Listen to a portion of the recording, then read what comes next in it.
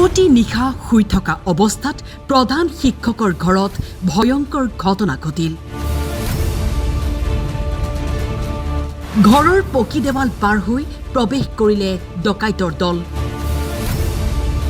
৪-৫জনীয়া অস্ত্ৰধাৰী ডকাইতৰ দলে শিক্ষক আৰু শিক্ষক পত্নীক চোকা অস্ত্ৰৰে আক্ৰমণ কৰি লুটি নিলে সোণৰ অলংকাৰ মাৰুতি ছুইফ্ট বাহন। হয়, এই চাঞ্চল্যকৰ ঘটনা সংঘটিত হৈছে কাৰ্বি আংলঙৰ হাওৰা ঘাটত। প্ৰধান শিক্ষক বিদ্যাৰাম সিংনাৰ আৰু সহধৰ্মিনীক হাত ভৰি বান্ধি ডকাইতৰ দলটোৱে প্ৰহাৰ কৰাৰ লগতে চোকা অস্ত্ৰৰে আক্ৰমণ চলায়। গুৰুতৰভাৱে আহত হৈ শিক্ষক আৰু পত্নী। কালি ৰাতি ১:৩০-২টা বজাত এনেকৈ হ'ব।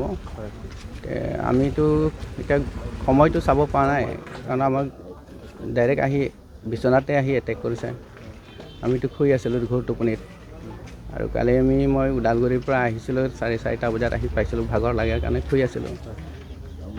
হঠাতে আহি বিচনাতে এটেক কৰিলে। তাৰপিছত ক'ত কি আমিও সপোন নিচিনা লাগি গ'ল ঘৰতে, আৰু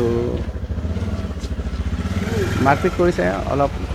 সিহঁতৰ মুখলৈ অলপ চালে মানে মাৰে, পিছত শেষত মানে আমাক হাত ভৰি বান্ধি দিছে। আৰু মোৰ ঘৰৰ মানুহজনীক বেছি মাৰধৰ কৰিছে অলপ, তাই ধৈৰ্য কম চিঞৰ বাখৰ কৰাৰ কাৰণে। আৰু তাইক অলপ বেয়াকৈ মাৰিছে, বহুত বেয়াকৈ মাৰিছে। ৱালৰ ওপৰতে কেনেকৈ পাৰিছেতো ক'ব নোৱাৰোঁ, আমিতো শুই আছোঁ। কিন্তু ৱালটো চিনবিলাক আছে, এতিয়া দেখা পাইছোঁ মই। তো ৰাতি ধৰক আমাক হাত ভৰি বন্ধা আছিলে, তেনে হাতেৰে কামুৰি কামুৰি খুলিলোঁ। খুলি সিহঁতে ৰুমকেইটাটো আন্ধাৰ কৰি থৈ গৈছিলে।